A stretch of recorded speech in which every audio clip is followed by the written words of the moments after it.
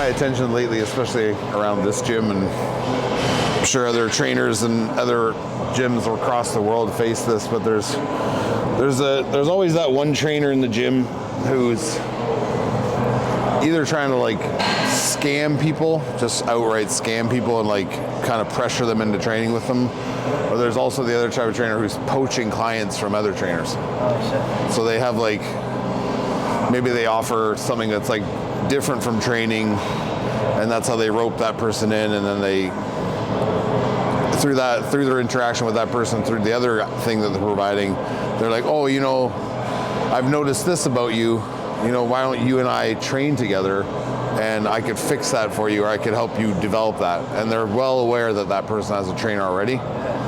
So it's like, there's no, I mean, it's like survival of the fittest. If your client decides to leave you, decides to leave you. But it's like, it's also, I just heard like an outlandish claim the other day from like someone that I train. I train this person not regularly, maybe like here and there, they come to me for different stuff, so it's not like a constant client of mine, and it wasn't in reference to me, but it was like he was posing with someone, getting ready for a bodybuilding show, and this person that was posing him told, like, obviously when someone poses, you can see their imbalances, you can see their weaknesses and stuff like that, because that's where you're exposed in your development of your physique. So he said to this guy, you know, like, basically you see how I think it was the right side of his back, you see how that's underdeveloped? And the guy's like, sure, I know it is, like, I'm working on it. He's like, no, bro. It's like, you really should train with me, because like, in 12 sessions, you buy 12 sessions off me, I'll fix that.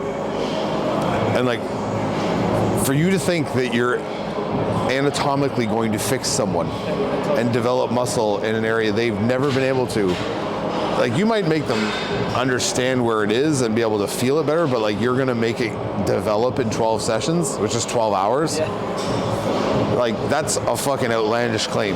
And anyone who's telling you that out there, like you people that are training with people or looking for a trainer, any trainer that promises you results, especially results that dramatic in such a short period of time, is so full of shit that you need to like run from them immediately. Like, if there's smell-o-vision around them of how much shit is around them, they'd smell like a fucking manure barn. Because they're just full of absolute shit. Like, the changes that you can make in people's bodies in terms of their structure and like developing weaknesses, stuff like that, it takes months and months, if not years, to like get this going, right? Like, you can't break someone's habits in 12 hours.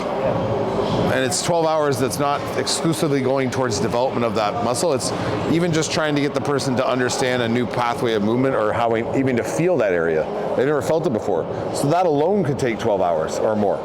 Like, they just don't connect, right? So like, just be wary of these trainers that say this stuff. I say that to everyone out there who's looking for a trainer who has one already. Like, if you're being promised stuff like that, or you're just being approached by these people and they're saying they can fix you, and they have a transformation, like they're doing this and this, just this much sessions up front, like, or like they say on their Instagram or whatever, like, now taking on new clients, or now taking on serious clients only. It's like, you don't have any clients. That's why you're taking on clients, and that's why you have to advertise like that. You're creating a sense of urgency that is not real.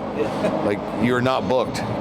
You just say you're like, I'm taking clients, like, and leave it at that. Yeah. Don't be like, oh, space is limited. It's like, there's no one there, bro. Yeah, like, to put that, I understand it's a marketing technique, guys. Like, I'm like, I would never do it just because it's not my personality. But to say that stuff and like, oh, I've only got 2 spots left, hit me up quick, or they post their schedule and they have like the times of the day lined up, or like the hours, and they have like it crossed out, like, these are all unavailable.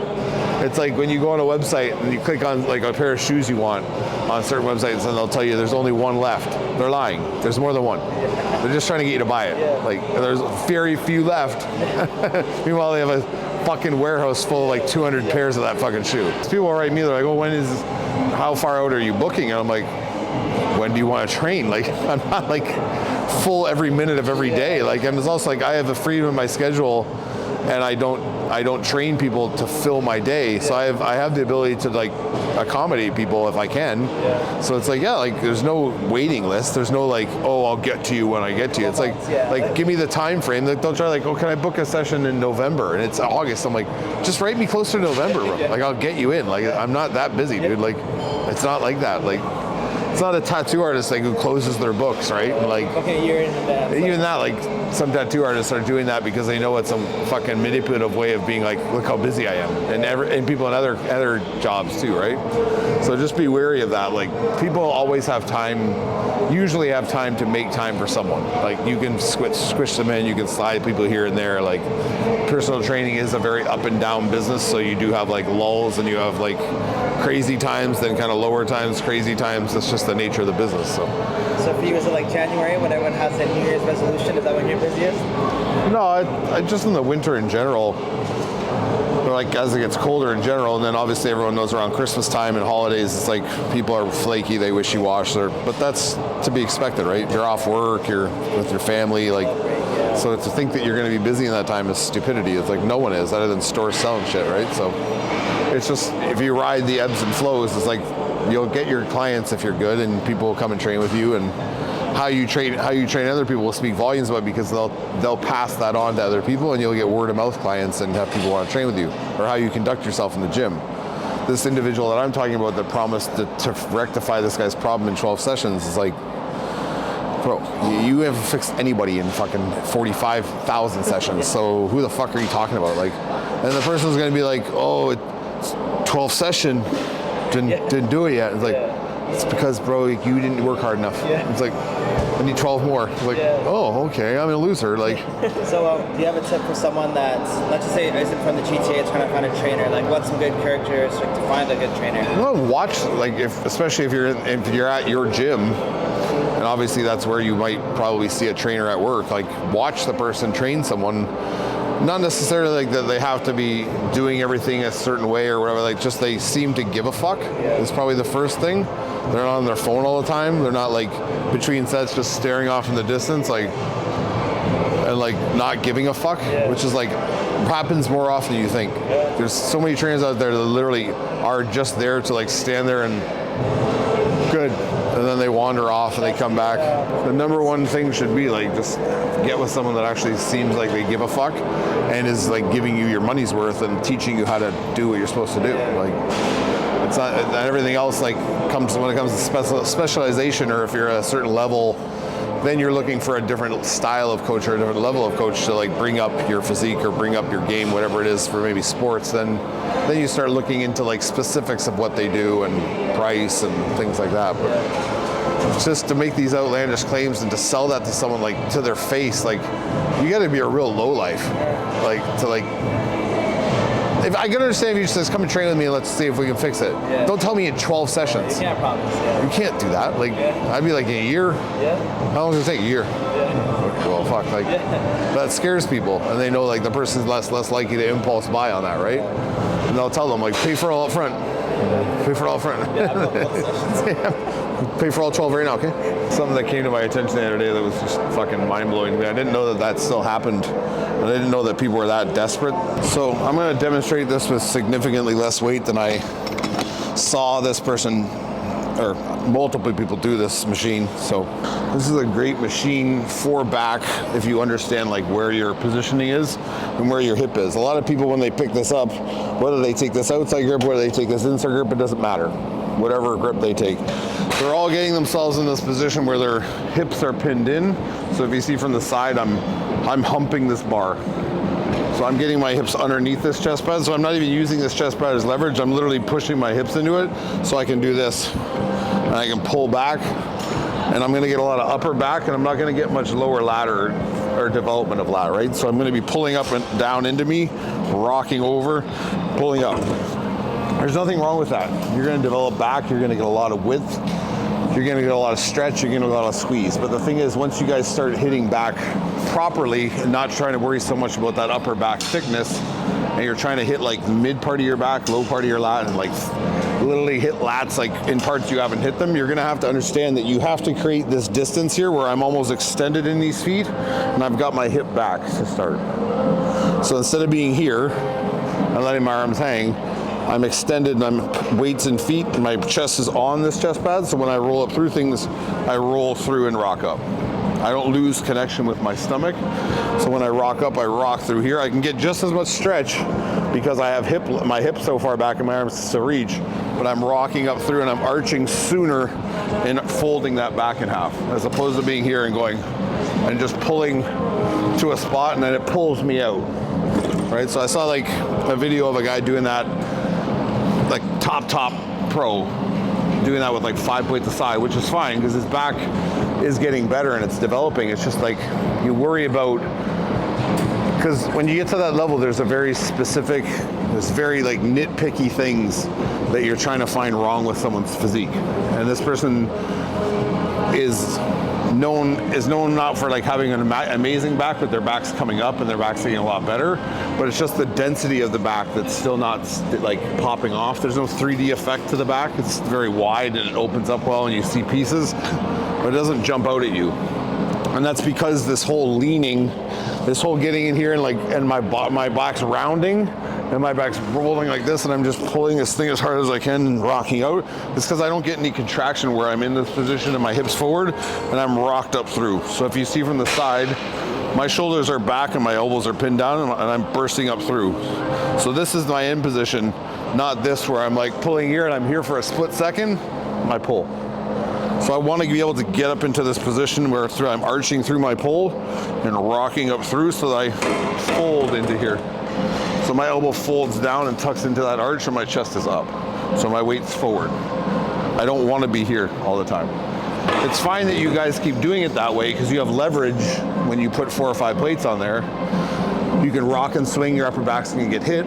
All that shit's gonna be big up top. But when it gets into developing like the mid part of your back, I'm talking like here, outer like lower lat, mid back, like even erectors, like if I don't fold and lift up through things, I'm never gonna hit that area. Because if I don't lift my sternum and roll my shoulders back, it's just this all the time. So there's a lot of shoulder movement, so we're getting that upper back, but we're not getting like up through stuff and being able to like fold our back in half and then have it come around and then fold down. Do you know what I mean? So it's great that you can pull all the weight and it looks really cool. And in your mind, you're like, I'm training really hard because I'm ripping 5 plates aside on a hammer strength row. But at the end of the day, if you just did it the way I do it, you'd develop all the same shit, but you'd actually catch more back and you'd be able to arch better and understand like posture and coming up through things, right? So, and also it's guys who are doing this double arm all the time. They're obsessed with this because this is a swinging motion where I can just rock through things and I can feel, they understand that this stretch is something that's important, which it is, but they don't understand that you never really get out of this stretch because they lean back and you see my shoulder doesn't cross my midline. So my shoulder doesn't end up back here where I want it to. It stays out in front of me and it never crosses the path of my shoulder. So my chest never pops up between my shoulders and ends up here where I would be here. It never does that. It only comes in line with my body and it gets pulled right back out. So you're missing that top range. So guys that are doing that, try both arms with your butt back, or try one arm and try to stay over to one side and use this as your base. So if I'm basing off here and I'm pulling with my left foot and my left hand, I'm just using this as balance. When I go to rock up here, I can get up as tall as I want and I can slide back by using my momentum to slide and lift up through. So I'm not going like this, which is what everyone does. They reach and then they rip. It's just reach and then rock up through. Same way, so I'm pushing down on here, stepping on my left foot and getting up high.